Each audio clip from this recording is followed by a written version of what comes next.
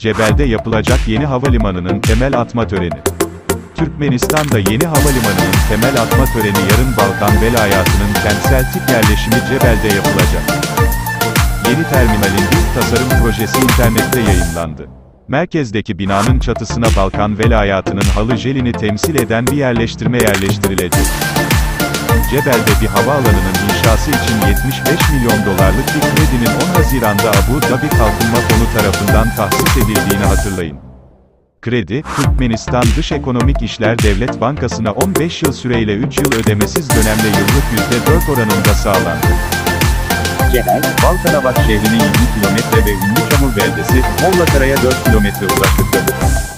Her türlü uçağın alınabileceği uçuşlar için yer desteğiyle donatılacak olan havalimanı kompleksinin, Türkmenistan'ın Balkan bölgesindeki hava taşımacılığı altyapısının iyileştirilmesine ve bir bütün olarak Orta Asya'daki bölgesel hava trafiğinin güçlendirilmesine yardımcı olması bekleniyor.